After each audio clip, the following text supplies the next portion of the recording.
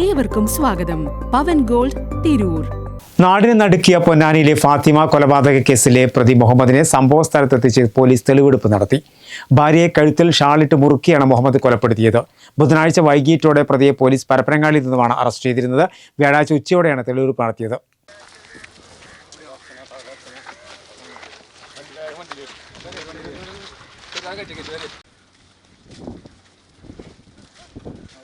വ്യാഴാഴ്ച ഉച്ചയോടെയാണ് ഫാത്തിമ കൊലപാതക കേസിലെ പ്രതി മുഹമ്മദിനെ പൊന്നാനിയിലെ കൃത്യം നടത്തിയ സ്ഥലത്തെത്തിച്ച് തെളിവെടുപ്പ് നടത്തിയത്. ഭാര്യയായ 22-കാരി ഫാത്തിമയെ കഴുത്തിൽ ഷാൾ മുറുക്കിയാണ് മുഹമ്മദ് കൊലപ്പെടുത്തിയത്.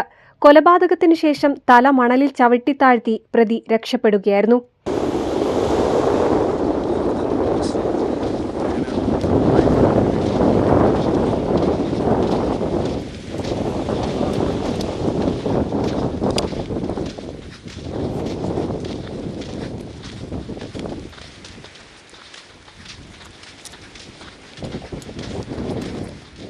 കുഞ്ഞിനെയും ഭാര്യയെയും കൊണ്ടാണ് പ്രതി കടപ്പുറത്തെത്തിയത്.